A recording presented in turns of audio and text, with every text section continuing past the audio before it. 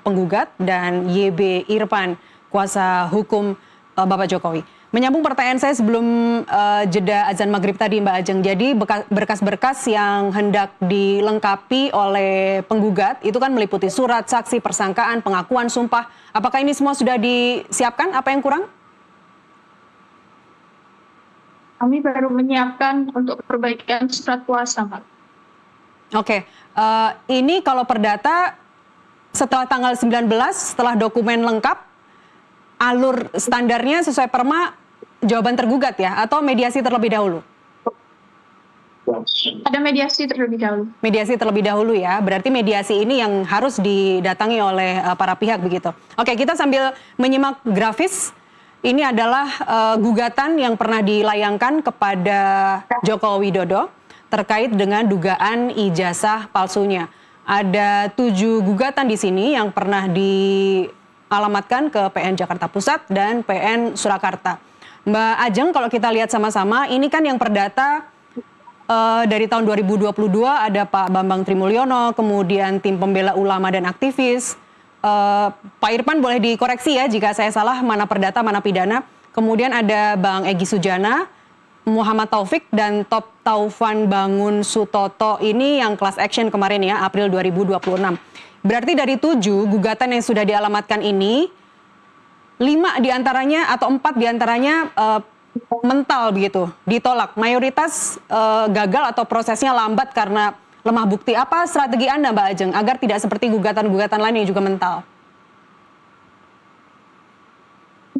Kalau soal nanti dikabulkan ataupun di-NPA ataupun tidak diterima kan itu kita serahkan aja ke majelis hakim ya Mbak ya. Tapi memang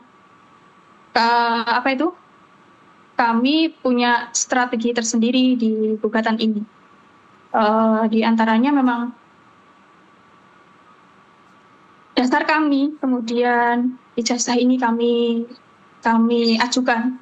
Kami meyakini memang ada perbuatan melawan hukum yang dilakukan oleh Pak Joko Widodo. Oke, jadi strategi Anda? Gimana Mbak? Strategi Anda apa Mbak? Ya kami akan menghadirkan saksi-saksi pendukung Mbak. Oke. Dan alat bukti yang mendukung. Oke, saksi-saksi yang akan dihadirkan siapa saja nantinya Mbak? Nanti kemungkinan pada saat pembuktian memang kami susulkan Mbak. Oke, yang jelas ada ahli, ada kemudian para alumnus juga begitu kira-kira ya?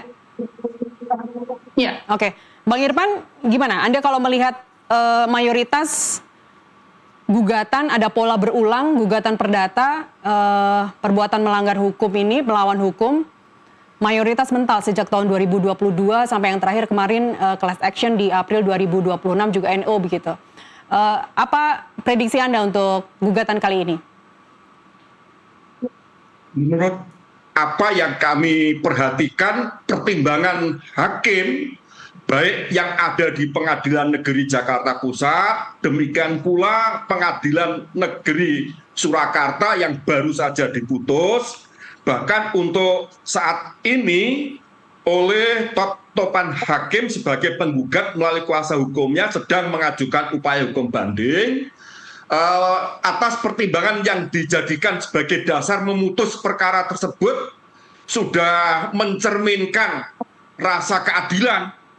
Karena dalam hal membuat suatu putusan, seorang hakim tentu saja terikat pada norma-norma atau kaidah-kaidah, baik dari aspek hukum acaranya maupun dari aspek hukum materialnya. Nah, manakala dalam hal hukum formalnya sekiranya gugatan tersebut telah cacat formal, maka sudah tidak perlu dipertimbangkan lagi untuk pokok perkaranya. Sehingga gugatan yang demikian ini karena cacat formal, maka sudah selayaknya apabila dalam putusan tersebut amarnya berbunyi gugatan dinyatakan tidak dapat diterima. Oke. Demikian Mbak Astiti. Baik. Mbak Ajeng, kalau kita bicara strategi, apakah sebelumnya Bang Egy Sujana, ya meskipun akhirnya sekarang SP3 begitu ya, Bang Egy Sujana juga awalnya menggugat secara perdata, kemudian Pengadilan Negeri Jakarta Pusat memutuskan tidak diterima atau NO karena tidak memenuhi syarat formil atau material. Apakah nantinya juga kemudian melapor ke Barreskrim? Apakah strategi itu juga yang akan digunakan oleh klien Anda nantinya, Mbak Ajeng? Beda, Mak. Beda ya? Beda. Oke, jadi tidak akan menempuh jalur pidana ya, perdata ini karena Anda yakin Anda akan menang gugatan kali ini. Betul demikian ya? Mbak Ajeng? Ya. Oke, baik. Pak Irfan, Anda menyebut bahwa respons Pak Jokowi terhadap gugatan ini datar-datar saja. Memangnya reaksi Pak Jokowi selama ini setelah digugat, reaksinya seperti apa, Pak? Kalau Pak Jokowi selama ini dalam hal menghadapi suatu gugatan yang dilayangkan oleh siapapun di pengadilan negeri manapun, itu selalu datar. Tidak ada suatu persoalan dan sama sekali tidak nampak bahwa Pak Jokowi itu menanggung beban.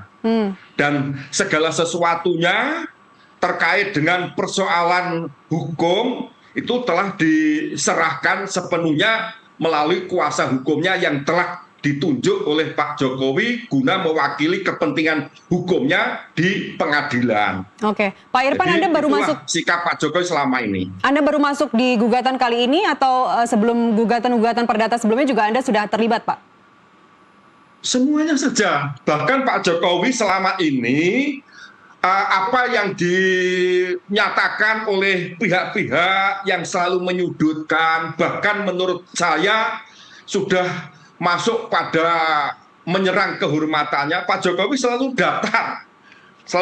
Jadi tidak pernah Pak Jokowi menanggapi pernyataan-pernyataan, apalagi gugatan secara formal, kemudian secara emosional, enggak. Jadi segala sesuatunya Pak Jokowi selalu bersikap secara santai lah dalam menghadapi persoalan-persoalan tersebut. Oke, berarti gugatan kali ini lebih santai ya Pak, karena tidak sampai menyinggung, kemudian juga tetap menghormati. Bahkan penggugat sendiri seperti disampaikan Mbak Ajeng tadi mengakui bahwa Pak Jokowi merupakan alumnus dari Fakultas Hukum UGM dan ijazahnya asli begitu.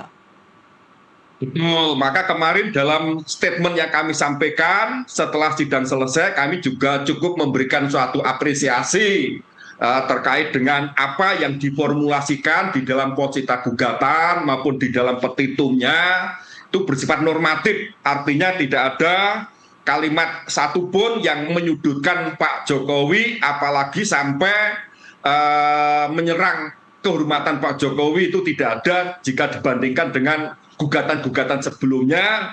Maka kami memberikan suatu apresiasi, meskipun dari segi substansi tentu saja kami menyangkal atas kebenaran dalil-dalil gugatan tersebut, Mbak Nastiti. Baik, kalau santai tanpa beban, kenapa tidak sesantai itu saja dipertunjukkan ke publik, Pak? Nah, ini persoalannya, ini menyangkut masalah hukum. Jadi ini jangan disamakan seperti halnya Bu Ijo yang pamer keris pada waktu itu.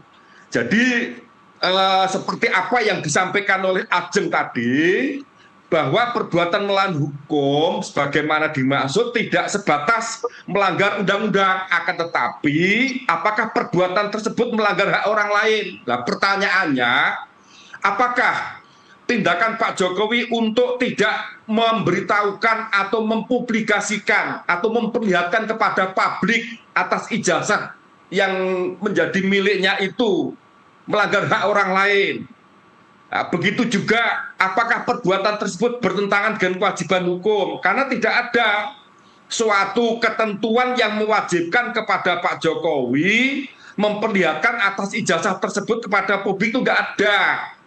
Nah, begitu juga apakah perbuatan Pak Jokowi tidak memperlihatkan ijazah kepada publik tersebut bertentangan dengan kesusilaan? Nah, tentu saja norma-norma atau perbuatan melawan hukum dalam arti luas sebagaimana dimaksud di dalam pasal KUH Perdata itu 365 tentu saja tidak ada yang memenuhi.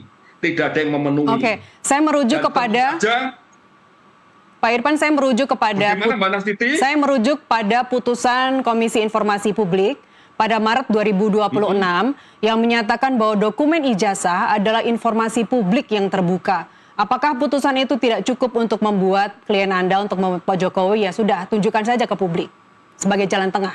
Perlu kami sampaikan, tadi saya juga barusan memperhatikan putusan dari Komisi Informasi yang dalam putusannya sama sekali tidak ditujukan kepada subjek hukum dalam statusnya sebagai privat. Akan tapi itu ditujukan kepada badan hukum publik.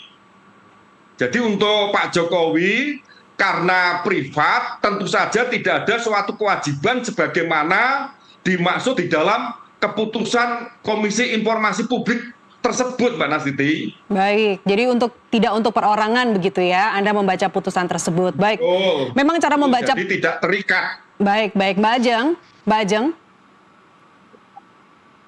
Ya, Mbak Ajeng, kenapa menurut klien Anda kehadiran fisik dari Pak Jokowi di persidangan itu dianggap sebagai kontribusi penting, padahal kan bisa saja diwakili oleh para ahli hukumnya seperti selama ini yang terjadi dari tahun 2026 hingga gugatan class action kemarin April 2026, sejak 2022, maaf.